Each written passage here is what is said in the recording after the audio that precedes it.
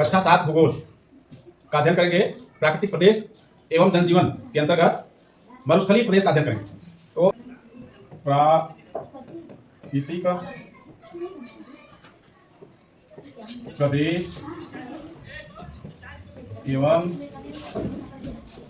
जनजीवन, इसमें हम जो है पढ़ेंगे मरुस्थल।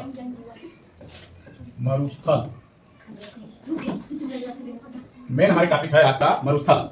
प्राकृतिक प्रदेश एवं जनजीवन में हम लोग क्या पढ़ने वाले हैं? मरुस्थल। क्या पढ़ने वाले हैं? मरुस्थल।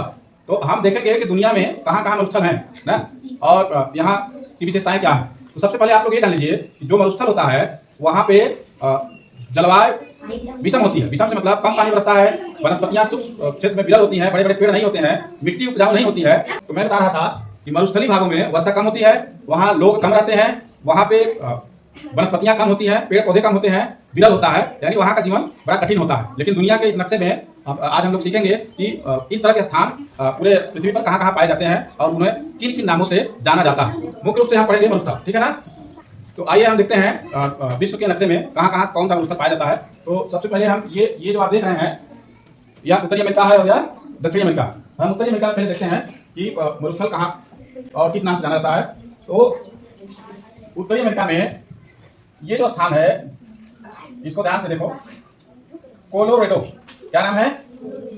कोलोरेडो। ऐसे लिखो इसको, कोलोरेडो। दूसरा है एरिजोना।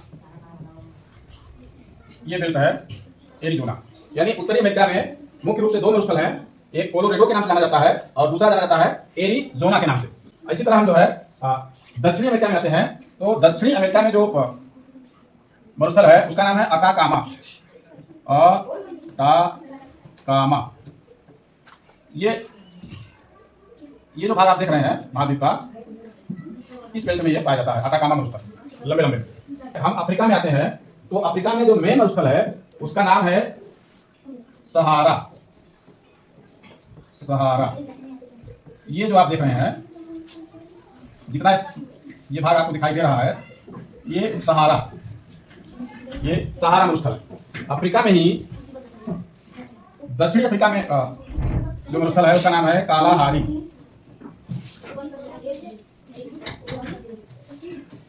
कालाहारी, ये भाग जो है ये कालाहारी है। आपने दक्षिणी अफ्रीका में देखा कालाहारी मरुस्थल ना।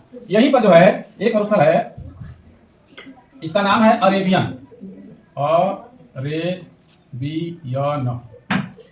ये अरेबियन मरुस्थल बड़ा बड़ा लिख रहा हूं ताकि आप लोगों को दिखाई दे स्पष्ट रूप से। अरेबियन के बाद जो है एशिया में एक मरुस्थल है और उसका नाम है गोबी। क्या नाम है? गोबी। ये भाग है में गोबी है। यहीं पर भारत है। भारत में भी एक मरुस्थल है और जिसका नाम जानते हैं क्या है? थार। क्या नाम है? थार। थार का मरुस्थल, ठीक है। और ऑस्ट्रेलिया में जो मरुस्थल है उसको बोलते हैं ऑस्ट्रेलियन। ऑस्ट्रेलिया के मरुस्थल को ऑस्ट्रेलियन बोलते हैं। ध्यान से नक्शे को देखिए।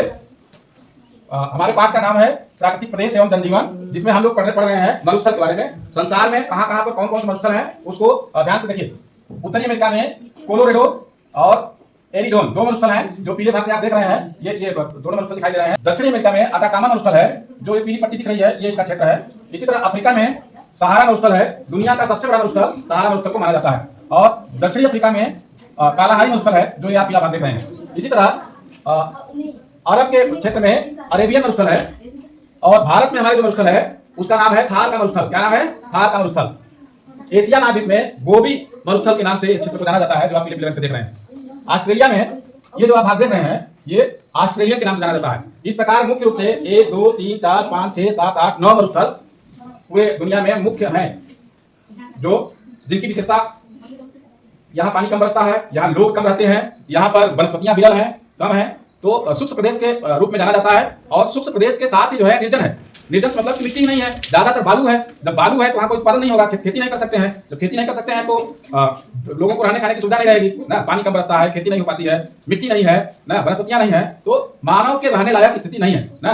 सारे मरुस्थल गर्म क्षेत्र है, यहाँ पे तापमान हमेशा ज्यादा रहता है। क्या ज्यादा रहता है? तापमान हमेशा ज्यादा रहता है। दूसरी चीज अब बात कर लेते हैं मरुस्थलों के वनस्पतियों की, क्योंकि मरुस्थल है जरूर लेकिन यहाँ पर पेड़ पौधे भी पाए जाते हैं ना। तो वनस्पतियां, अब आप अंदाज लगाओ कि जहां पानी कम बरसता है वहां पर कौन सी वनस्पति हो सकती है ना। तो यहाँ पर ज्यादातर वनस्पतियां झाड़ी नुमा होती हैं, झाड़ी, कटीले पौधे होते हैं, कटीले पौधे। अब सभी लोग हमको एक एक कटीले पौधे का नाम बताएंगे। एक मैं बता दे रहा हूं पहले, बबूल। आप लोग एक एक नाम बताइए जिसमें कांटा होता हो उस पेड़ में। नागफनी, बहुत बढ़िया। और कोई बताए? बई, हाँ बई में भी कांटा होता है। और बेल, बेल में भी कांटा होता है। और मकोई, मकोई में भी कांटा होता है। और एक आध नाम और बता दीजिए बस, जिस पौधे में कांटा होता हो। करवन, वेरी गुड। करवन जंगलों में पाया जाता है। देखो नींबू भी बता रही है ना, कांटा तो होता है। और देखिए इस तरह से तमाम पौधे हैं, कैक्टस, नागफनी ना, तमाम पौधे हैं जो कटीले होते हैं ना। ये इस तरह के पौधे जो है मरुस्थलों में ज्यादा पाए जाते हैं। उसका कारण है ये पौधे कम पानी में तैयार हो जाते हैं ना। तो यहाँ की जो मेन वनस्पतियां हैं वो झाड़ी वनस्पतियां हैं। जैसे मकोई को क्या है, जो आपका मकोई है या जो करवन है, ये तो झाड़ी ही है ना। और कटीले पौधों में जैसे आपका बबूल हो गया ना, और एक जो है समी का पेड़ है, वो घर में उसको लगाते भी हैं, वो भी कटीला है। तो इस तरह से जो है बहुत कम मात्रा में यहाँ पर वनस्पतियां पाई जाती हैं, छोटे मोटे पौधे ज्यादा पाए जाते हैं। यहाँ पर जो है कहीं कहीं जहाँ पानी इकट्ठा हो जाता है, जैसे सपोज करो कि कहीं मरुस्थल में कहीं तालाब टाइप का पानी हो गया। क्या हो गया? तालाब टाइप का पानी हो गया। तो पानी है तो पक्का है कि पेड़ पौधे होंगे ना, कि नहीं होंगे? पानी है तो अपने आप घास फूस पेड़ पौधे हो जाएंगे और दो चार लोग वहां रहने भी लगेंगे, क्योंकि पानी है, छोटा मोटा अपना घर बना लेंगे, झुग्गी झोपड़ी बना लेंगे, रहने लगेंगे। तो इस भाग को मरुद्यान बोला जाता है। क्या बोला जाता है?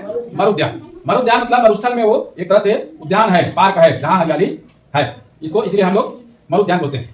ये रेगिस्तानी क्षेत्रों में ही मिलता है, मरुस्थलीय भागों में ही मिलता है। इस तरह के जहाँ छोटे छोटे तालाब, थोड़ा सा पानी है और किनारे किनारे हरियाली है, घर बना ली है, मरुद्यान के उसको पहचान मिलती है। और वनस्पतियों में जैसे बताया ना, देखो वनस्पतियों में खजूर कितने लोगों ने देखा है? खजूर का पेड़ कितने लोगों ने देखा है?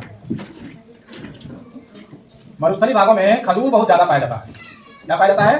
खजूर। और खजूर के साथ वहां पे तार का पेड़ भी पाया जाता है। तार, तार, हाँ, जिससे तारी बनती है, उस तार का पेड़, वो तार का पेड़ मरुस्थलों में ज्यादा पाया जाता है। खजूर ज्यादा पाई जाती है मरुस्थलों में। लोग खजूर उसी तरह से खाते हैं जैसे हम लोग यहाँ पर महुआ खाते हैं।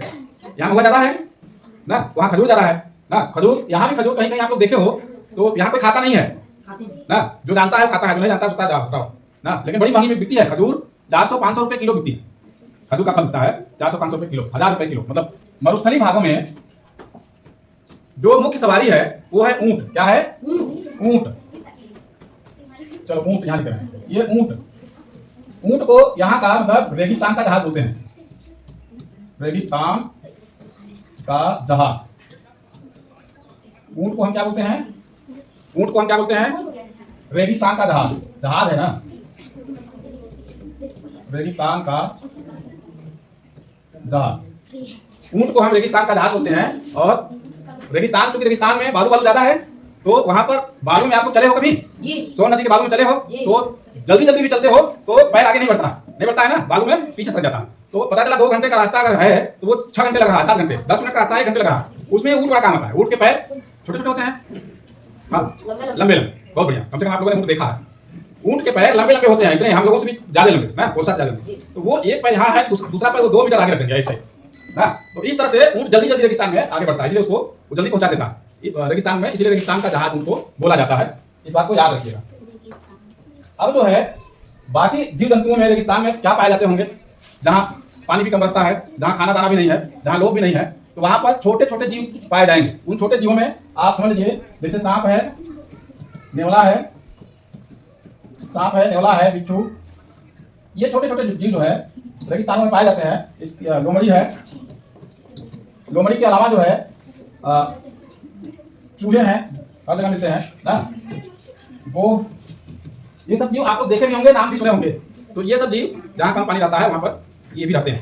तो ये जीव जंतु वहाँ पे पाए जाते हैं। सांप, नेवला, बिच्छू, लोमड़ी, चूहे, गो आदि छोटे मोटे जीव, और चिड़ियाँ तो हर जगह पाई जाती हैं ना। तो चींटी चींटी मतलब वो जीव जो कम पानी में ज़्यादा दिन तक जी लेते हैं। मानव जीवन। अब आप इस क्षेत्र को आपने पढ़ लिया, आपने अंदाज लगा लिया कि यहाँ पानी कम बरसता है, यहाँ मिट्टी नहीं है, बालू ही ज़्यादा है, पथरीला भाग है और पेड़ पौधे भी नहीं है, कम लोग रहते हैं। तो सीधी सी बात है, यहाँ रहना बड़ा कठिन है। यहाँ रहना क्या है, बड़ा कठिन है। तो यहाँ पर बहुत ज्यादा लोग नहीं रहते हैं ना। बद्दू एक जनजाति है ना, ये अरब में रहती है। दूसरी जनजाति है बूसमैन, ये कालाहारी में रहती है। कालाहारी, ये मुख्य रूप से मैं बता रहा हूँ ना। अब देखिए अरब कहाँ, ये अरबियन लिखा है, तो ये अरब है। तो यहाँ पर बद्दू मिलते हैं यहाँ पर ना। और बूसमैन, कालाहारी देखिए यहाँ लिखा, ये कालाहारी। तो ये मुख्य जनजातियाँ हैं। हर बेल्ट में कोई न कोई आदिवासी जनजाति है जो रहती है, और ये बहुत ही स्ट्रगल करते हैं खान पान के लिए। ज्यादातर जब कुछ नहीं मिलता है तो ये लोग जीव जंतुओं को ही मार के खा जाते हैं। जैसे जो आप देख रहे हैं ना, लोमड़ी है, नेवला है, सांप है, बिच्छू, चूहे, ये सब भी मार कर खा जाते हैं ना। तो क्योंकि भूख लगती है तो आप लोगों में भी कोई ना कोई ऐसा होगा जो मुर्गा मछली खा लेता होगा। किसी ने मतलब किसी को मार के खा लेते हो जीव जंतु को। तो जबकि यहाँ अनाज बहुत ज्यादा है, पर्याप्त है, फिर भी लोग खा लेते हैं ना। और वहाँ तो नहीं है, तो वहाँ तो मजबूरी है। तो इस तरह से इनका जीवन यापन बड़ा कठिन है ना। और इनका व्यवसाय जो मुख्य व्यवसाय है, ये मुख्य रूप से चरवाहे के रूप में है। चरवाहे, यहाँ पर भेड़ बकरी यहाँ की मुख्य जानवर है, जंतु है, जिसको ये पालते हैं और इन्हीं को चराते हैं और इन्हीं के उत्पाद का प्रयोग करते हैं, जैसे दूध का और जो है इनके मांस का, इनके चमड़े का। तो इस तरह से ये यहाँ पर जीवन यापन कर रहे हैं। मेरे ख्याल से आपके समझ में आ गया होगा। आज के पाठ का मेन जो सार है वो समझ लीजिए। प्राकृतिक प्रदेश एवं जनजीवन में हम लोग आज मरुस्थल को पढ़े हैं। मरुस्थलों में मुख्य मरुस्थल जो है कोलोरेडो, एरिजोन, सहारा, अटाकामा, कालाहारी, अरेबियन, गोबी, थार और ऑस्ट्रेलियन, ये मुख्य मरुस्थल है जो विभिन्न महाद्वीपों में है। जैसे कोलोरेडो और एरिजोन जो है वो उत्तरी अमेरिका में है, और अटाकामा जो है वो दक्षिणी अमेरिका में है, सहारा मरुस्थल अफ्रीका में है, और कालाहारी मरुस्थल वो दक्षिणी अफ्रीका में है, गोबी का मरुस्थल एशिया में है, थार का मरुस्थल भारत में है, और आपका ऑस्ट्रेलियन मरुस्थल ऑस्ट्रेलिया में है। ये मुख्य मरुस्थल है, मुख्य महाद्वीपों में है। और यहाँ की जो वनस्पतियाँ हैं, मैंने आपको बताया कि वनस्पतियाँ कटीले पौधे ज्यादा पाए जाते हैं, झाड़ियाँ ज्यादा पाई जाती हैं, जिसमें नागफनी, बबूल और जैसे आपने बताया करौदा, मकोज, तार, खजूर, यही पेड़ पौधे पाए जाते हैं। इन मरुस्थलों के बीच में कहीं अगर पानी का तालाब टाइप का अगर है, पानी का इकट्ठा हुआ है, तो उसके आसपास थोड़ी बहुत हरियाली हो जाती है, और वो हरियाली लोगों को आकर्षित भी करते हैं। कुछ वहाँ रहने भी लगते हैं लोग। उस क्षेत्र को मरु उद्यान के नाम से जाना जाता है ना। तो ये तब तक ये भी है। यहाँ के जो मानव जीवन है बड़ा कठिन है। जैसे मैंने बताया कि जो है बद्दू और बूसमैन दो जातियां हैं जो फेमस हैं। बद्दू अरब में और बूसमैन कालाहारी में। और ये भेड़ बकरी चराते हैं और उन्हीं पर अपना जीवन यापन करते हैं। ज्यादातर उन्हीं के उत्पादों का प्रयोग करके अपनी जिंदगी बिताते हैं ना। यहाँ मरुस्थलों का मुख्य जो साधन है वो है ऊँट, और ऊँट से वो ज्यादा यात्रा करते हैं, इसलिए रेगिस्तान का जहाज ऊँट कहा जाता है ना। ठीक है ना। तो ये मुख्य बातें हैं, और आप लोग इसी नक्शे को बनाकर लाओगे होमवर्क के रूप में।